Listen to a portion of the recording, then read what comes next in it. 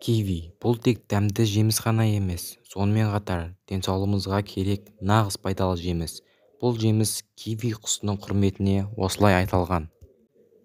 Орта пішінді 2 киви С витаминінің тәулілік нормасын 230%-ға дейін өтейді. Мұнда апельсинге қарағанда дәрумен мөлшері 2 есе көп. Ал С витамині иммундық жүйені ынталандырады, стресске және жасқа байланысты процестерге қарсы тұруға көмектеседі.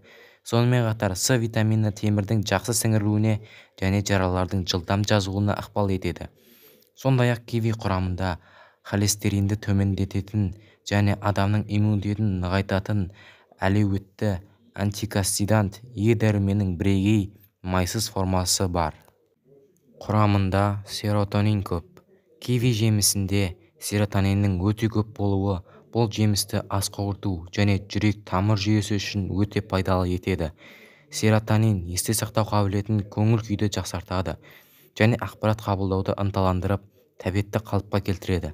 Сонымен қатар серотонин тез және ауыртпалықсыз оянуға ықпал ете отырып, ұйқыны сапалы және сандық түрде жақсартады.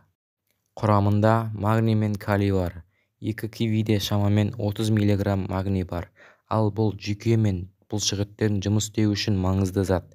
Сондай-ақ киви калийге бай. Онда калий мөлшері бананға қарағанда 2 есе көп. Ал кивиді үнемі тұтыну қан қысымын реттейді, инсульт және бүйрекке тас жиналу қаупін төмендетеді. Сондай-ақ остеопороз бен жүрек-қан тамырлары ауруларының алдын алуға көмектеседі. Таңғы аста 1 киви жеу қанды сұйылтатын аспирин секілді тиімді. Сонымен қатар киви тұтынғанда жанама әсерлер болмайды және ол әлдеқайда пайдалы. Тыныс алу үшін пайдалы. Зерттеулер көрсеткендей, кивидің құрамында С витамині болғандықтан, ол тыныс алу органдарының ауыртпалығын жеңілдетіп, қырылдауықтан, жөтелден және демігуден арылтады. Көру қабілетін жақсартады. Кивидің құрамында жасқа байланысты болатын көру қабілетінен айырылуға жол бермейтін фитохимиялық лютеин бар. Лютеин сондай-ақ көзімізді еркін радикалдардың зиянды әсерінен қорғайды. Адам ағзасы лютеинді өздігінен синтездей алмайды. Сондықтан оны тек тағаммен ғана ала аламыз. Сондай-ақ кивидің құрамында зеаксантин бар, ал ол заттың жетіспеушілігі көру қабілетіне кері әсер етеді.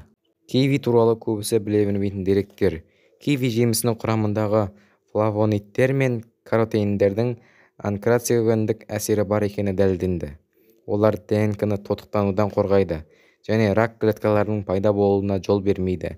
Кивидің өз денсаулығы мен сымбатына назар аударатындай жақсы бағалайды.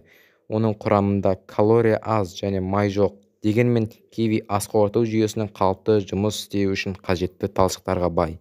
Сонымен бірге, киви жүкті әйелдер үшін қажетті жеміс. Оның құрамында жатырдағы қан жасушаларын өндіруге қажетті фолий қышқылы өте көп. Бұл экзотикалық жеміс еркектерге де пайдалы. Кивидің амин қышқылдарының аргины импотенцияны емдеу мен алдын алуда қолданылады. Кивидің қандай зияны бар? Кейбір адамдарда киви аллергиялық реакция тудыруы мүмкін.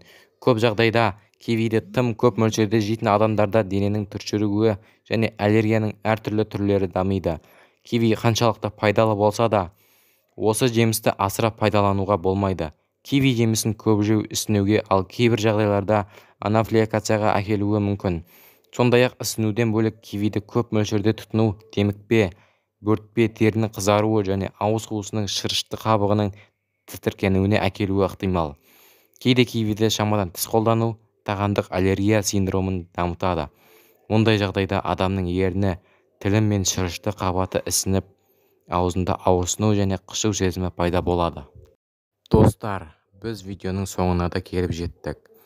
Видеоға лайк қойып, арнаға тіркеліп, қоңыраушаны басуды, достарыңызбен бөлісуді ұмытпаңыздар.